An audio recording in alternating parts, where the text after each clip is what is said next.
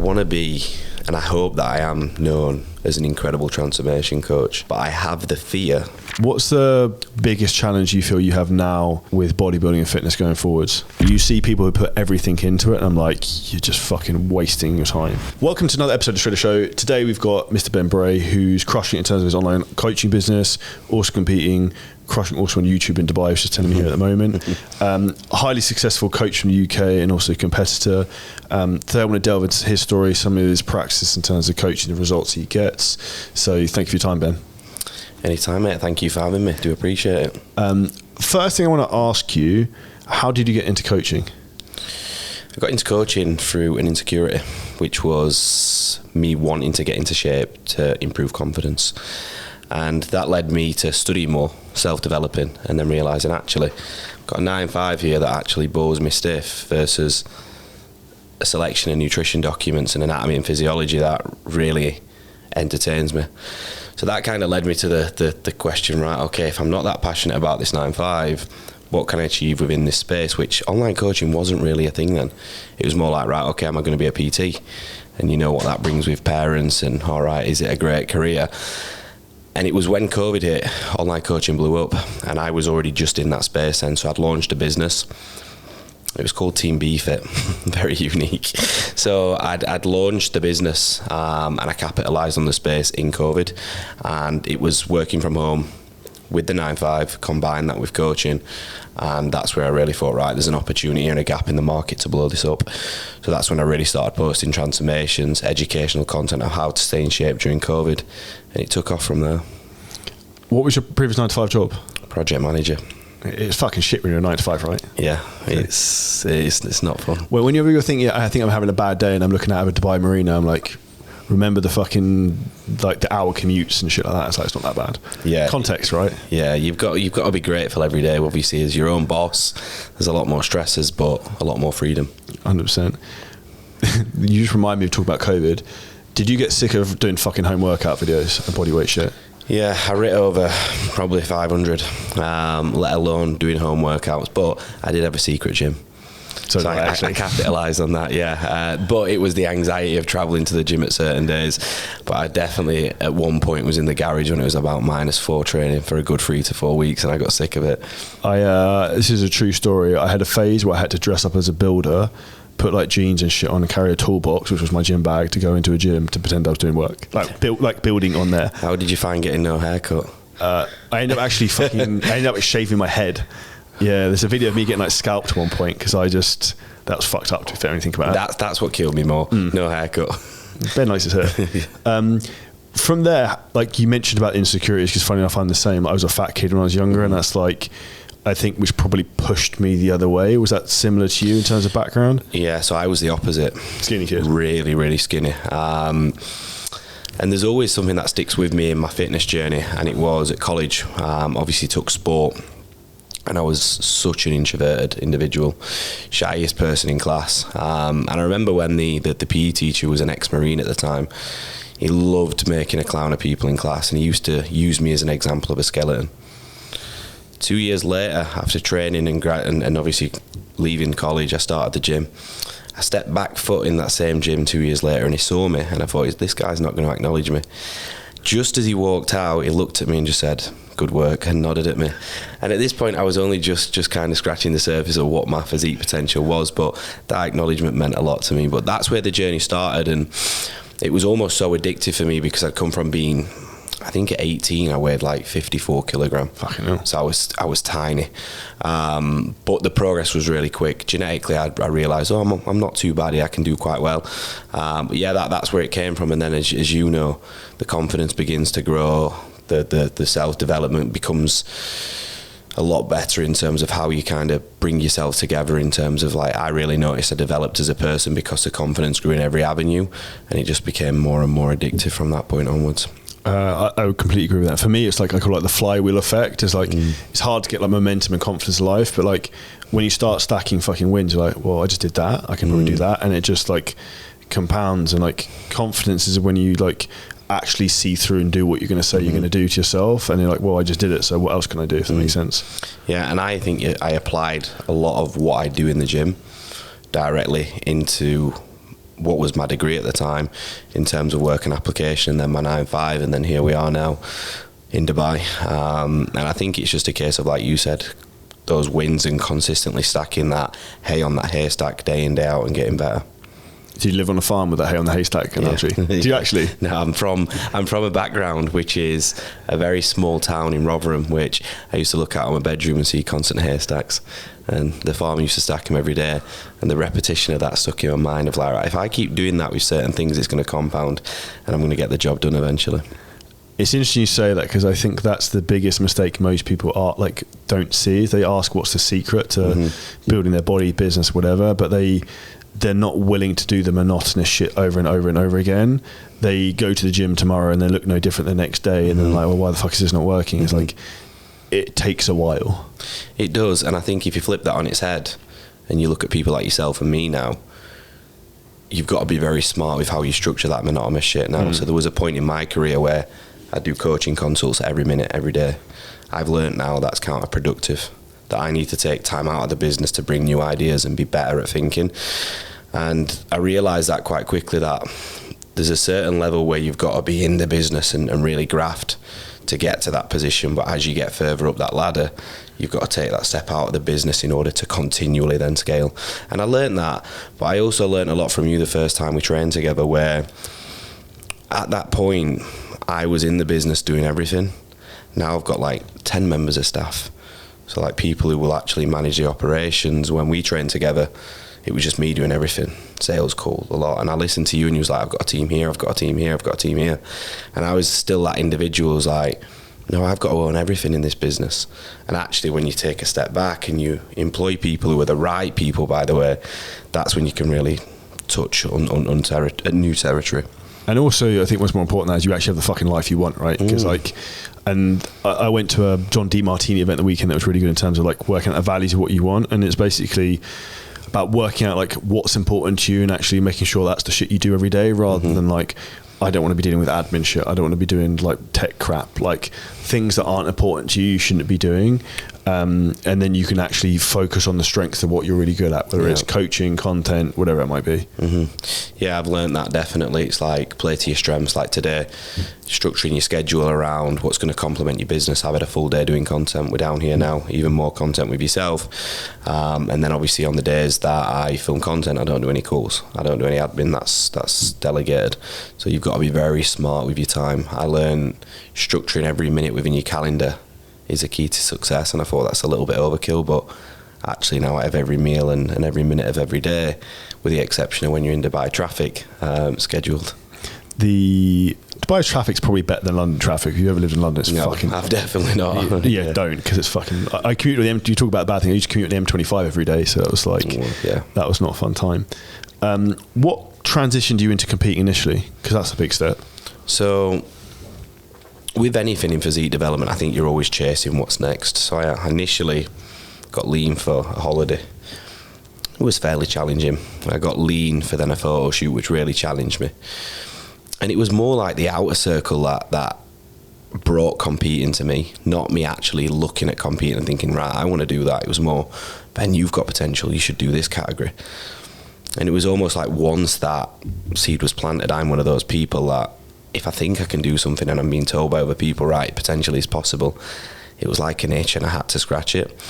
So that started 4 years ago and I had a good run at it. And then finishing up, I had quite a lot of mixed emotions of how the preps made me feel during, after. And we've actually just gone through another prep and had very similar feelings, which is kind of worms that I'm sure will open. But it was all about just constant self-development and can I achieve that and can I do well at that? One of my favourite things in life is pushing yourself to the fucking brink. Like how far can you push anything, whether it's your body, mindset, business, whatever. Because I think one of the things that I like about that is like, say if you look at fitness, I remember the first time I competed, I was working my 9 to 5 job, was actually 8 till 6 job. And I remember being so fucked I could barely walk down the street. And I was like, just fucking, like people come in and be like, is he fucking sick? Like, what's wrong with him? Like literally asking other people, like, is he ill? Because I'd look so fucking gaunt. But when you get used to actually functioning like that and you still manage to do all your shit, when you go back to normal life, it's like the easiest thing in the world, right? Yeah, very true. I had a very similar situation in the project manager job. 9-5, which was an 8-6. Every dinner time I'd get in the back of my car, go to sleep, come back for meetings. My boss would be like, are you actually all right, Ben? Can you function? And then you're writing what you say, you come back and it's like, now I've just finished this prep and like the 12-hour shifts are like a walk in the park now. It just really makes you realise what your true potential is, and it sounds almost like stupid, but you are pushing yourself to the brink. You're eating minimal food, you're running a business and training on what is fumes, and you're still managing to achieve what I personally think like only the 5% of people can actually truly achieve. I remember when I competed last year, I was like, it's probably the leanest I've ever been. And actually the last podcast I did with you, I was like fucking super gaunt in the face. Yeah. And I saw a clip from it the other day. And I remember what I was doing. I was putting on my fridge like a fucking countdown of how many days it was the show to keep myself out of it. So every time I saw it, I was like, fucking, you just got to endure like 40 more days. Yeah. And it was literally the process of literally just fucking counting down the days. But sadistically, I quite like that in a really fucked up, weird way, if that makes sense. Yeah, I know what you mean. Someone said to me, you've just got to enjoy the journey. And I said, what the fuck is this to enjoy about this, mate? I'm doing an hour's cardio, training when I don't want to train. I'm getting weaker every session, and I'm regressing in every way of life. And I think for me, I was the same. Every day I was like, right, well, one step closer. But then almost when that show's done, one question I'd ask you is, how did you feel? Because I was like, got off stage and I'm like, right, what's next? That, and then also vacant. Yeah. Because you're like, you build up this date and then you're like, the fuck do I do now? And also like you lose, everything is so fucking structured, and then you almost lose that, and you're like, I remember my girlfriend at the time saying to me like, you're fucking obsessed about like macros and food for like the first week or two afterwards, like you need to fucking chill out, because I like weighing everything like super anal, and that's where you can pick up weird habits and stuff like that. And I think it's difficult to almost manage that after the show, if that makes sense. So I've just been in that exact same position. I feel like now the last few days I've just got out of it, but I feel you have to make decisions that take a lot of strength in order to get out of that position. So it's natural, you've just tracked food and tracked everything that's gone in your mouth and your output for such a long period of time. Like on the flight back, I was like, right, I want to go to the acai spot, I want to do this, I want to do that. I got here and I didn't do any of it, and I was like, and I don't think I did any of that shit either. Why am I not doing this? And that's where the unhealthy side of bodybuilding can grab you. But I drip fed it in, and the more you do that, I think the more you start to feel human and normal, and you start to realise, right, okay, I can get away with this, I can have that balance. But there is a very fine line where you've got to strike and make big decisions as an individual. But I think that's where a value as a coach comes in significantly to help you make those decisions and build that bridge again to being a fucking normal person. I think that the most important thing with that is accountability, right? Because it's like having someone to keep you on the straight and narrow, because particularly with competing, like you lose your fucking mind a lot of the time, because the most important thing is like you're objectively looking at yourself, but you can't fucking think straight anyway. So like I'm fat, but like when you look back at photos, you're like, well, just like you look like you're gonna fucking die. Like it's not, you haven't eaten anything for like fucking a month, but your mind is just warped at the time that you don't see it. And I actually think sometimes you look in the mirror and your eyes don't actually see the reality, if that makes sense. It's got to be that. I remember seeing a shot, and I looked at it yesterday, and I was in Italy on the balcony, and I think that day we'd run a DEF protocol of 950 calories because we travelled. And I remember that day I travelled with 3 of my best friends, my girlfriend, my content creator. Must have said 3 words all day, and everyone was like, he's really not in the mood. And I took that photo when I landed, and I think I was 3 days out at that point, and I thought, my hips are soft, my obliques aren't in, I'm not vascular. And I looked back at that photo yesterday and was like, wow, that is impressive that I achieved that. And it's that way the second opinion of a coach is absolutely invaluable. When did you first get a coach, and what got you into that thought pattern? The first time I got a coach, I was 19. And I was doing a lot of guesswork, and with anything that I do in life, I don't like guesswork. So whether that's the project manager role, whether that's coaching, I'd rather go and find out whether I've got to make an investment or whether I've got to commit 10 hours time. So whether that's with study.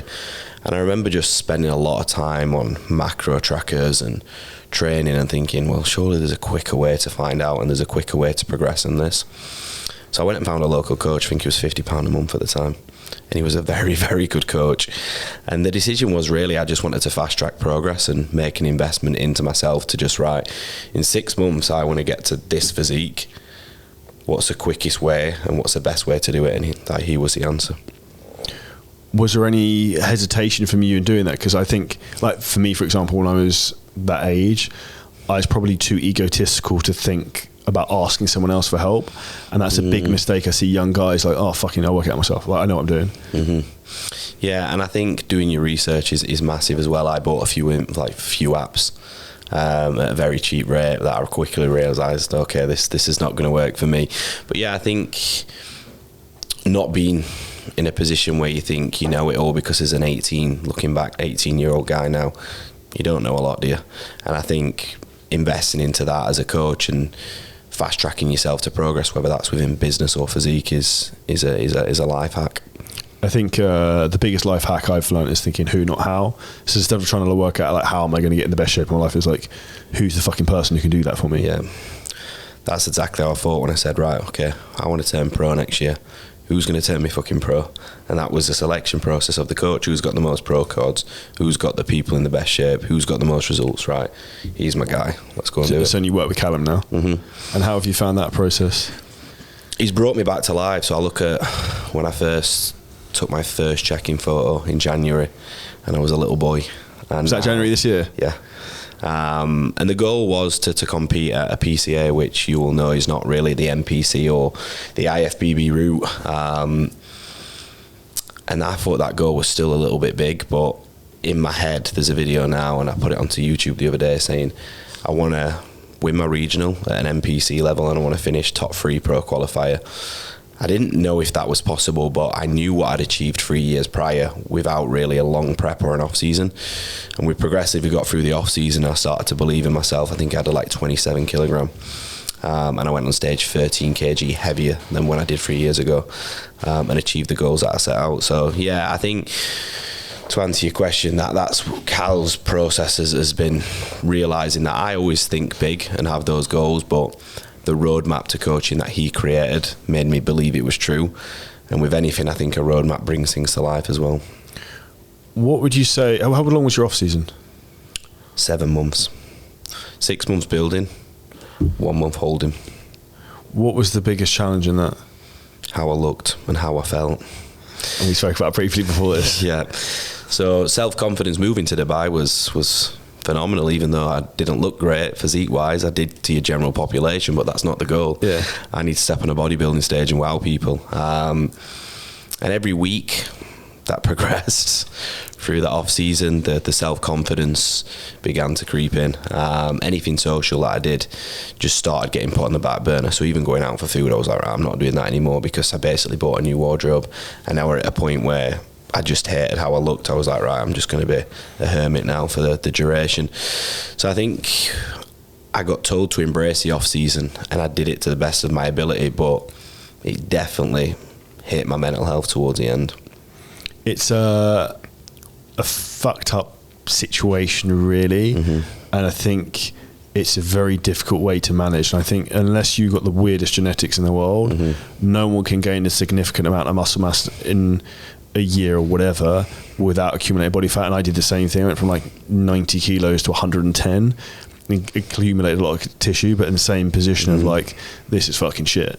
Yeah, and when you're on camera a lot, like you and I, and you review your content and you look back at it and you're responsible for posting it, and you haven't got anywhere to hide, right? Yeah, you're going to get the odd comment, and people are going to pick up on it, and like you said, there's nowhere to hide, and it starts becoming a repetitive process of hating how you look, and it's a matter of time till that brings you down as a person and starts to affect you, potentially even business, because you're just not the same person that you were 6 months ago. Well, it's the confidence as well. You don't want to talk on camera, you don't want to be out there, you don't want to do X, Y, Z, and it's that snowball effect then, right? Yeah, I came to Dubai to network, and I did no networking. I've seen more people in this 2 weeks that I've been back, done more podcasts and spoke to more people in 7 months of living here, and that was because of the off season.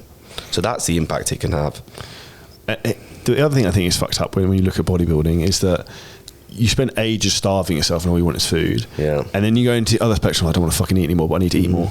It's like there's never you never get to enjoy the phase where you actually really look good. Do you know what I mean? No. Which is the weird bit. The only phase you enjoy is maintenance, but when you're like yourself and I, we don't really like maintaining any avenue in life, so we're a little bit screwed on that one.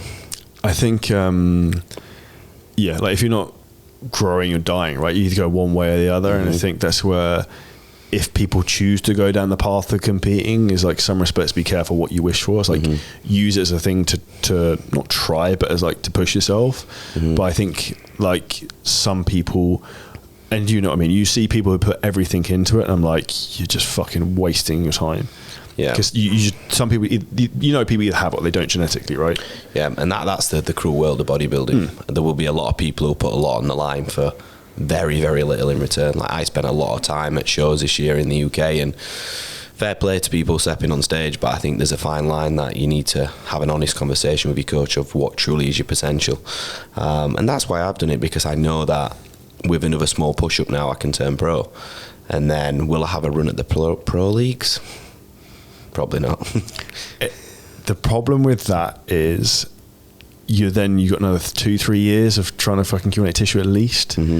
And then because you go straight and you're at the bottom of the fucking pack again, and it's just a different fucking game then. So the judge said to me today, if you go pro card chasing and you go to smaller shows, you might pick one up, but why not have a good run at the amateurs and keep winning shows and earn your right to then step on a pro stage? So that's why I bowed out when I did. I could have done a collection of 3 or 4 shows, but I did my regional, which I didn't need to do. Won that, did the Amateur Olympia, which I knew would be the biggest, most competitive show of the year with 3 pro cards, and got the data that I needed, and was like, right, okay, 8 weeks maintenance now, let's start to feel normal, put business back into full send, and then revisit it next year. What have you got planned in terms of show you want to do next year? I want to turn pro at the biggest shows, so your Amateur Olympias, and I think the reason behind that is because anyone who's doing that show is chasing those 3 pro cards. There's not just one, there's 3 in your category. So then if you're turning pro at that show, you've got the right then to step on a pro stage. So maybe the one in Portugal is what I've got my eyes on. Cal's got a different thought process.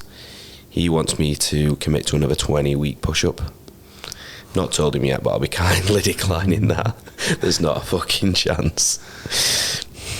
When you push up out of interest, what does your diet look like? What's the main things you eat? Because here's a good example. I found in February I got super stressed with business work, and I was like cranking my calories out. I couldn't fucking eat, to the point where I was supposed to eat like 5,000 calories a day. I didn't want to eat anything because I was going to eat fucking. And that's hard in Dubai, isn't it? Yeah, and I was like, I just ended up fucking eating granola because I was like, I need to eat something. I'm super stressed and training. I was like, what's the fucking highest calorie thing that I can just, it's easy to eat? I was just eat fucking granola because I had no appetite. Yeah, I'm very similar. So I'll have a lot of granola, yogurt. But I'm simple. It's a lot of chicken and rice, and that's what is the hard part, because I don't like to get it from a meal prep company. I like to cook it. So old school. Yeah. So it's a lot of chicken, rice, and I'm not a great chef. But chicken, rice, a lot of eggs, egg whites, cereal, cream of rice comes in, oats. The boring shit, man, but a lot of sauce. What sauce? Barbecue sauce, hot sriracha. They're the go-tos. What barbecue sauce? The Heinz one. Oh, fuck, bro, you need to try Sweet Baby Ray's. It's probably like the worst. Is it good? It's banging. It's like fucking legit. I'll give it a go. Yeah, I'm going to fucking send you some Insta shops and address. That for me is like crack. When you tried that, it's the fucking greatest thing. If anyone on a fat loss diet, don't do it, but it's good. And I think that's actually one of the easy things you can do to manipulate your diet, is just fucking adding different sauces in. You've got to be smart. Use your oils, use your sauces, and just make sure that you keep track of the fats that you're containing. But it's not easy in off season. I'm in a position now where I don't want to remind myself of the off season just yet. And you see a lot of bodybuilders are straight into that rebound and that reverse. They're adding 20-30 pounds within 2 weeks, and a lot of that's fluid. For me, that's fucking just retarded. I can't think of another word, because like, I agree. You're not putting any muscle tissue on. You're going to replenish some glycogen, you can put a shitload of water back on. Your body's fucked anyway from competing. Just done a 16 to 20 week plan. Yeah, it's probably hammered in terms of health perspective. Like what are you achieving in that phase? Over them back pumps. Yeah, literally. That's legit, right? Yeah. And also, like, the thing you have after competing is you tend to have a lot of digestive issues because your body's so inflamed. Like, I was getting really bad flare-ups in terms of like gluten and things like that. I couldn't touch anything, which now is not really an issue. And I think that's what most people don't understand is that when you're in that state of being so lean, your body's hypersensitive and super inflamed. Anything can set your digestion off. And I don't know how did you find eating after the show, actually? So I woke up in Italy and I'd only had a small steak and potatoes, a little bit of ice cream, and I felt like someone was sat on my chest when I woke up at 2 a.m. And it's enough to then make you think, right, get me back on a diet when I'd had such little food. Did you use any diuretics? Yeah. What was it? It was a mod, and I only used a sixth of it. Fuck. Okay, so I used a half, and I had the same thing of when I competed in Romania. And I remember, I think I went for dinner, and actually all I wanted to do was fucking drink. I just wanted fluid. Yeah, all I wanted to do was drink. I couldn't fucking drink enough. I went out for dinner, didn't really eat anything. Got like some fucking ball of tomahawk steak, barely end of it. And I remember just lying on the fucking bed like whale fucking turtle abs, and like I feel so unwell. I remember then lying on the bathroom floor and then just being fucking sick, and then felt way better. But then just couldn't get fucking fluid in. What was the rebound like weight wise? Not really bad the next few days. I sort of just ate what I wanted, but I actually couldn't really eat because my stomach was just not having it, which almost bottlenecks my ability to eat like a retard, if that makes sense. Yeah, I didn't eat like a retard, but I travelled a lot. I was, I think, 84 on stage.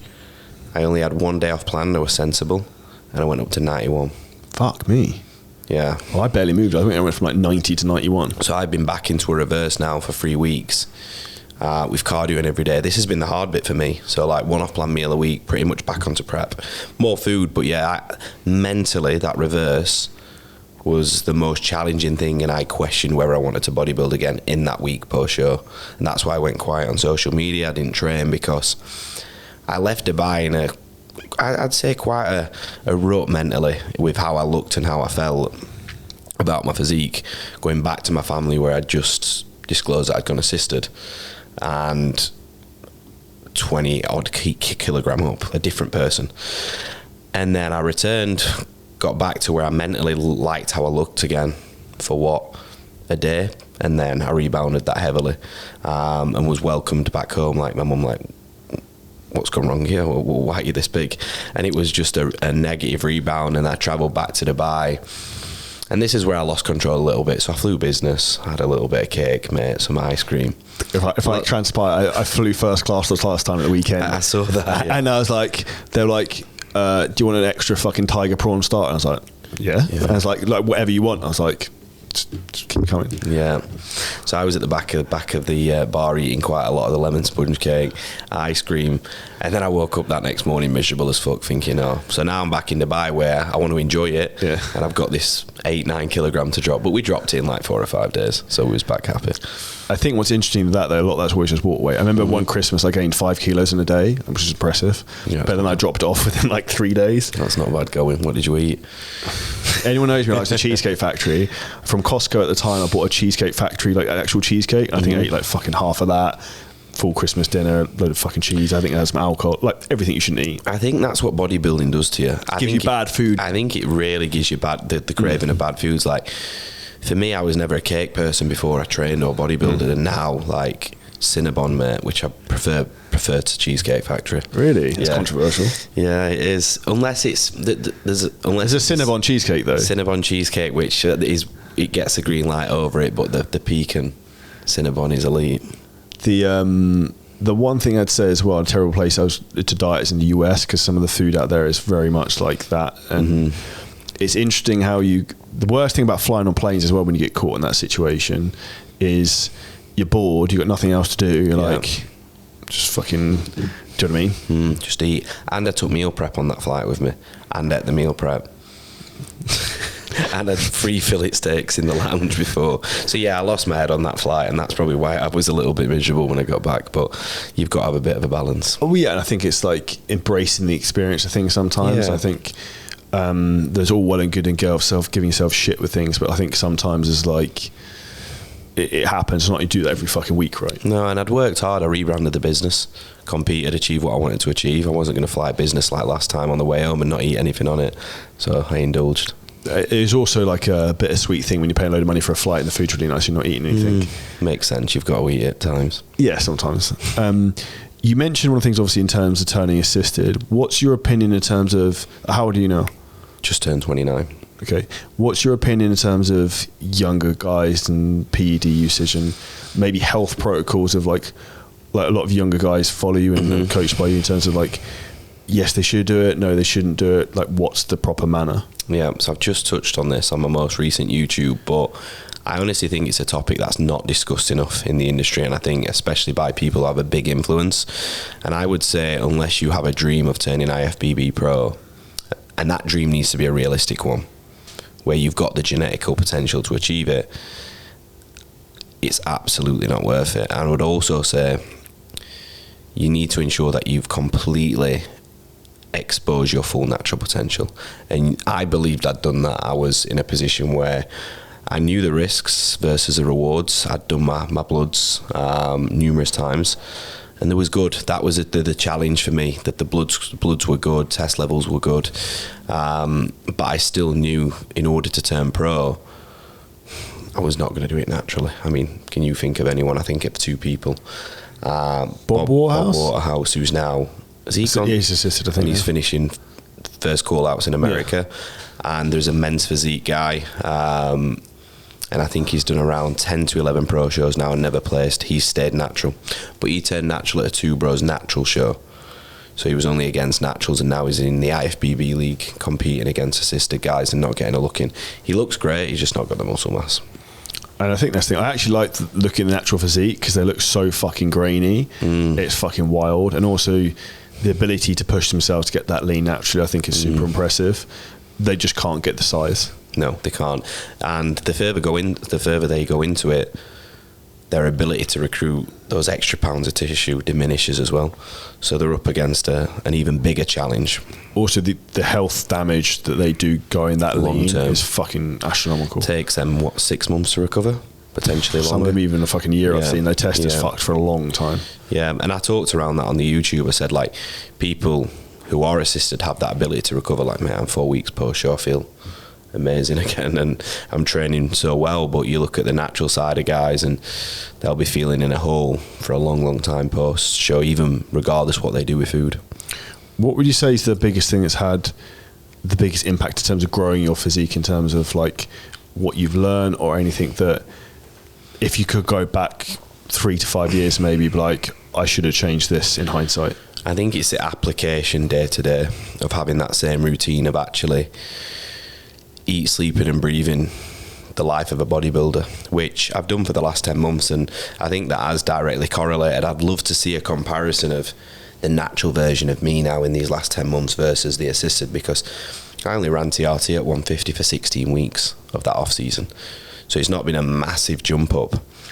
And I think if you truly want to commit to something, whether that is within business or physique development, like you and I have done over the last few years, it's that constant grind and that repetition of that process, not just Monday to Friday, but every single day.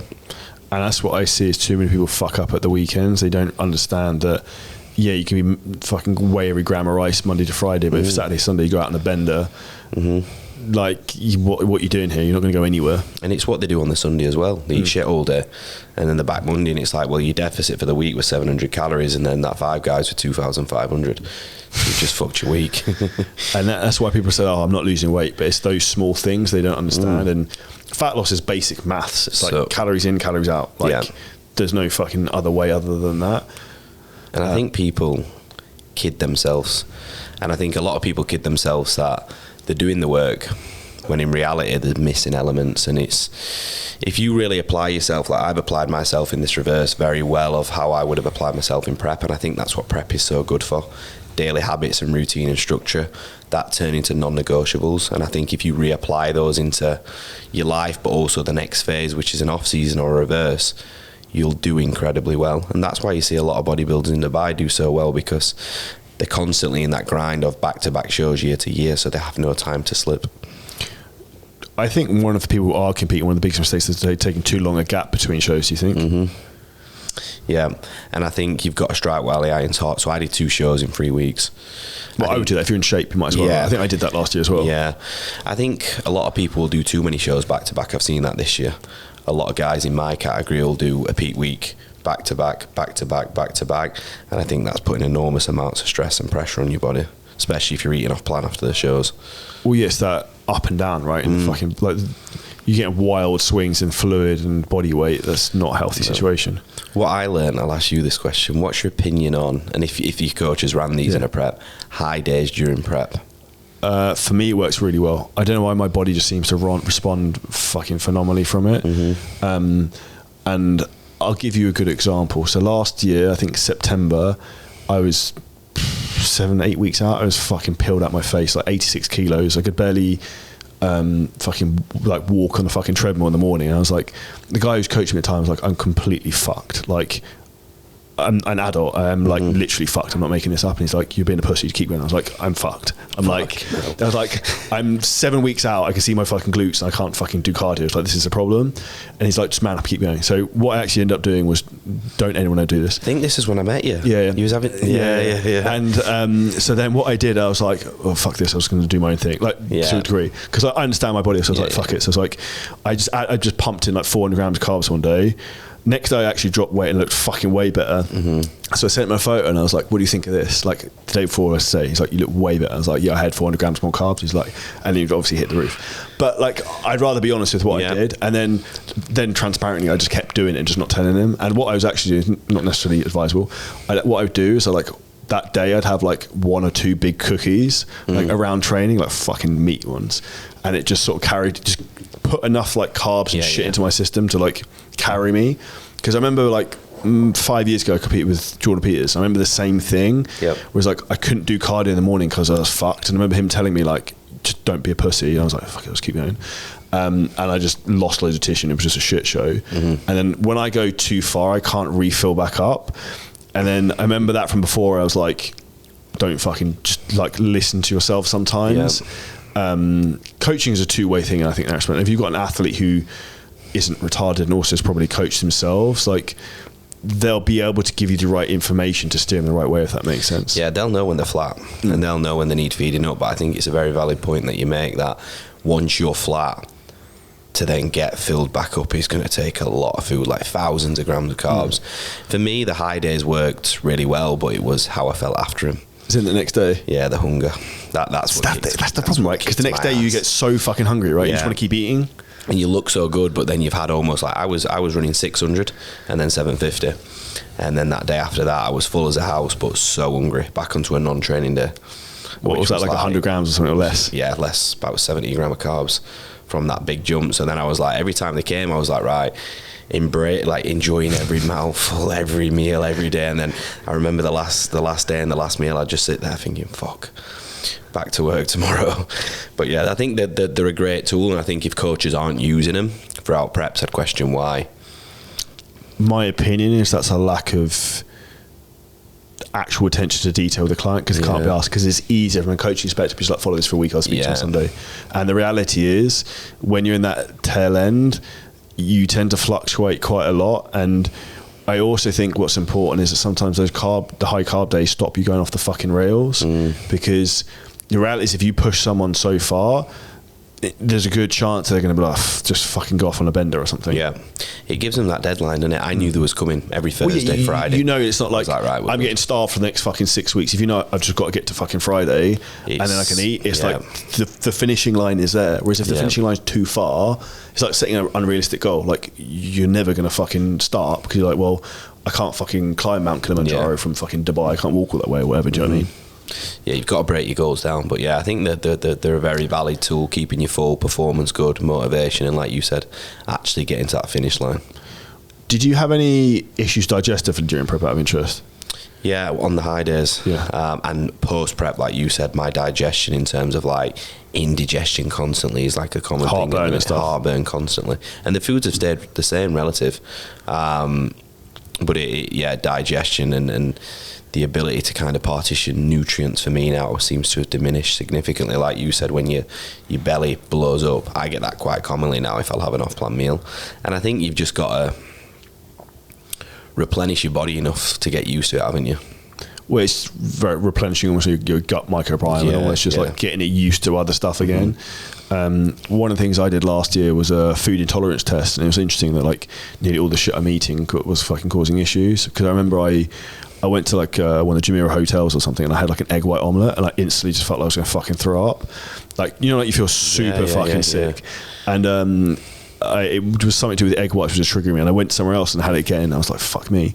I got super intolerant to egg whites just out the fucking blue, and now I can eat them and it's fine.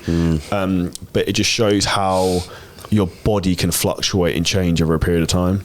Yeah, I think there's an interesting study that I've read, clean high days versus dirty high days, and this both serve the solid purpose. The only difference between sometimes like opting for a Five Guys is you can't fully track the macros because they might put 50 chips in versus 40, depends who's serving you, but they can guesstimate, whereas if you're going clean, it's to the bottom. But what the benefits of like a Five Guys is, it's kind of resetting and like you said, partitioning different foods, higher fats, higher sodiums. And what I noticed post show is I held a lot of fluid around my neck and my jaw, and that was because of the sodium, the increase in carbs in foods that I've not ate.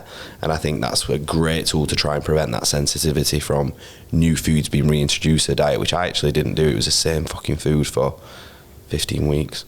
So I remember what I was trying to do was trying to rotate like weird shit like quinoa I was eating instead of fucking rice and couscous, just like different shit rather than the same thing over and over again, if that makes sense. Yeah. Using macros is beneficial until you pick a food with an index that's not going to keep you full. So I went pasta because I craved it instead of potato, and I fucked up. Yeah, potato's filling. You just remind me of something then. I remember when I competed at the Romania show, between the pre-judging and finals, whatever the fuck it was, I remember Darren, who was coaching me at the time, Darren Farrell, was like, go and get a fucking burger and fries or whatever. I think I had, 2 or whatever it was. I was like, this is the fucking greatest thing ever. Ever since, I've like my mouth salivating now, I fucking love burgers. I never liked them before.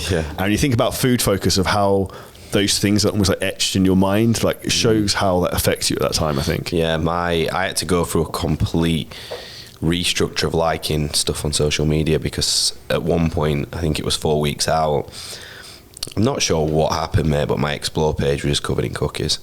And I was like, I don't browse social media, so I'll not really check it. I'll just check it, I'll post, and that's it, I put it away. And I just found myself, mate, on the Explore page looking at these different cookies. And I had to go through Instagram and like boxing content, like men's physique content, football, to just shift this Explore page.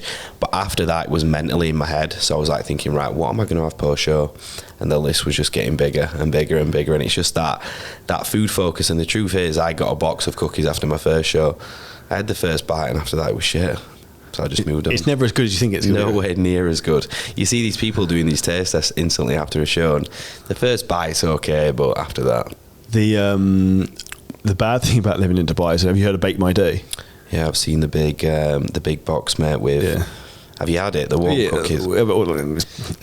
Like 2 weeks ago. The problem is you can be sitting on your sofa if you live in Dubai, and if you've got food cravings, so like, well, just like you end up on the app, and then it turns up at your door 10 minutes later. Mate. So like nowhere's safe. Yeah, Bake My Day is nice. I do like Ben's cookies.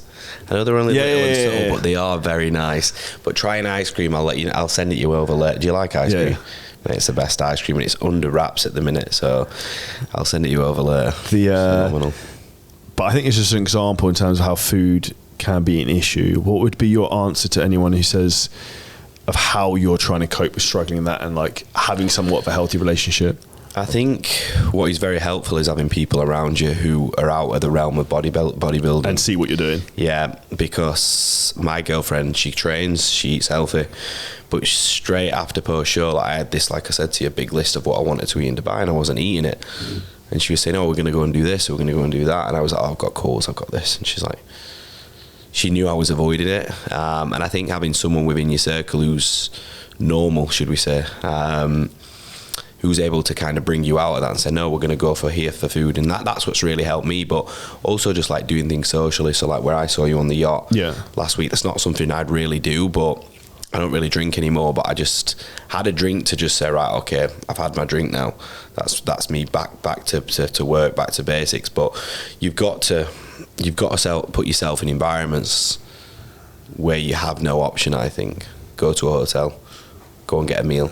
Otherwise, if you're just robotic, like my routine is, you're just going to do the same things and build an unhealthy relationship with food, and I've been there before, and I'm not willing to do that again. Well, I think also then two things happen, right? Like one thing, you probably become resentful of it after a while, and you don't really enjoy life, and then the second thing is you probably have a fucking big implosion at some point.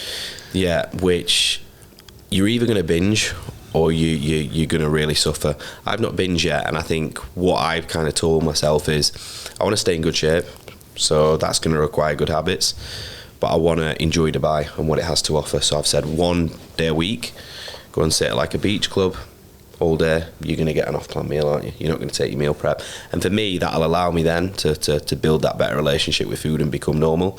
But I'm sure I'll speak to in 6 months, mate, and fucking hate food, so I'm not that worried about it.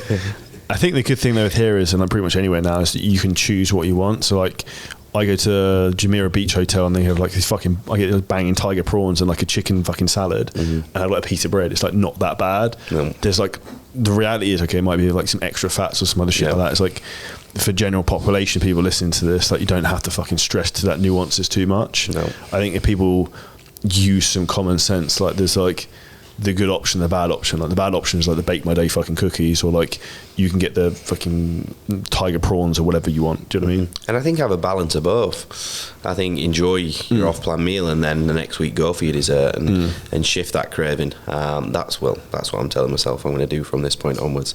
A dessert complemented with a nice meal. What's the biggest challenge you feel you have now with bodybuilding and fitness going forwards? Pressure from the audience.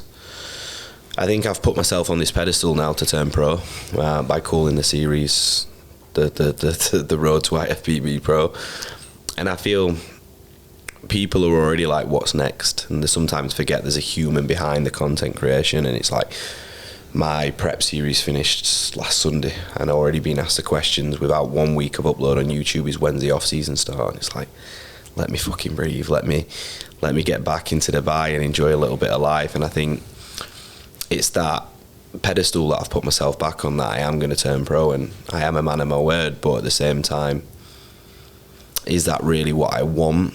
Because I've been in a position before where I felt the exact same of how I do now. And for me, I like to... You have to enjoy the process, nice right? Yeah, I like to enjoy the process. I like to wear nice clothes. I like to sometimes hide the fact I'm a bodybuilder in an outfit, and I've not been able to do that, and that's the challenge. So I already know where the 2025 Ben will go. Where's that? And that will be back to more of a lifestyle physique. But at the same time, that puts in a huge amount of pressure for 2024 version of me to turn pro. And I will do that, I've told myself that, but I do know that will come with extreme mental challenges of where I've got to push my mind and my body again, because that prep wasn't easy and the off season wasn't, and it's going to be a rinse and repeat of that. It's interesting you mentioned that, because when I went to this event, the weekend, it was in Istanbul in Turkey, 95% of the people in this event were like Turkish women, and there was like 5 other Westerners, and like this fucking blonde fucking Jack dude, everyone's like... You know, when you instantly stand like a sore thumb. And you know, you mentioned like the guy who like trying to not look like you work out. And I'm like fucking just sitting there in a t-shirt and everyone's staring at you like, yeah, who's this guy? Yeah, it's and you don't notice it. I've become more aware of it recently, but you don't notice it when like you hang around bodybuilding gyms. All my friends are trainers, but like everyone just I don't know, some random stage just to be like, "What do you do? You trainer?" And I was like, "I'm fucking just wearing a t-shirt and shorts." Like, yeah. See what I mean? What I realised is, put me in a gym, I look like this, I'm happy. Take me out of a gym, put me in a social environment, I'm unhappy. And that's the kind of ratio that I've got to balance at the minute. I went for an evening lunch at a nice restaurant at the weekend, and I put what was just like a smart outfit on. And straight away I thought 12 months ago I'd have been happy with how I looked in this outfit. But flipped that on its head, and 12 months ago, when I first moved to Dubai, I was miserable in Binge when I was training. So it's like a swap for a swap. And now I'm happy in the gym and unhappy out of the gym. And I think for me to operate as a best individual, it's striking that balance between the two, which I think is incredibly hard to find. So like I said to you before this, is trying to work out the values of what you want and what defines you, and then correlate with that. Because I think what you said then really resonated a minute ago, is that I feel intrinsic pressure to like from externally of like, what's he going to do next, or like people expect you to do stuff, and when you start living your life by what other people expect of you, you then sometimes don't end up living the life you want to live, if that makes sense. Yeah, I agree strongly. For me now, I've put myself back into the bodybuilding world and exposed myself to a completely different audience, and that's brought a whole new level of pressure. But I do thrive under pressure, so I think I'll embrace it for what will be another year. And then people have already asked me the question of what happens when you turn pro. My goal was to turn pro, and I think I'll have potentially one run at a pro show, but my expectations going to that show will be absolutely nothing. And then once that door is closed, it will be a case of full coach mode. For me, I know that I am a good athlete, but I want to be remembered as a coach. And I think there's a lot of people within the industry who can't quite decide what they want to be. I'll ask you one question. So this is something I read the other day, and it's how you identify yourself says everything. Like, who are you? I want to be, and I hope that I am known as an incredible transformation coach, but I have the fear that now my own journey is almost level playing field with my business. So it's a case of striking the balance of being able to advertise them both, and that's you might have seen more recently, I'm structuring content again because I feel, as everybody does on a prep series, physique update every week, and I fell into the trap of that. So it's a case of now getting business back into a position where I'm the face of it and I'm a coach again. Because what you said then as a coach, you said coaching first, that's the thing you really want to do, mm-hmm. and that says everything. Yeah, for me, how I knew that as well was identified on this prep. We're a week out, I had to say to Cal, for 2 days I couldn't take photos of myself. I just got so bored of it. Getting up in the morning, it was freezing in the UK. 3 times a day. Yeah, photos. I just said, look, 2 days off photos, I'm not going to do anything off plan. I just need to take a rest from that. And the excitement was not looking at myself, which I can see from a lot of people in the bodybuilding world. It is. They see the photos and you can see the excitement. It was looking at the clients, and that excitement was diminishing a little bit because of my energy and my productivity day to day. And I thought, I never want to feel like this again. And I knew straight after I stepped off stage, I was ecstatic with the result, but I was just so excited to feel normal again and get back into coaching because I took a week off. And I already know, like, I want to be remembered and leave like a legacy for what I built in the coaching space, not a legacy within the bodybuilding space. I think that's a strong note to finish on. How should people find out more about you then? So you can find me on Instagram, which is benbray_newgen, and then Ben Bray on YouTube if you want to follow the journey, which is more biased towards bodybuilding. For now. Yeah, for now. For everyone who enjoyed the episode of the podcast, make sure you leave us a review. If you share it to your stories, I'll share it on Instagram. I'm sure Ben will as well. Make sure you give them a follow and stay tuned for the next episode coming up soon.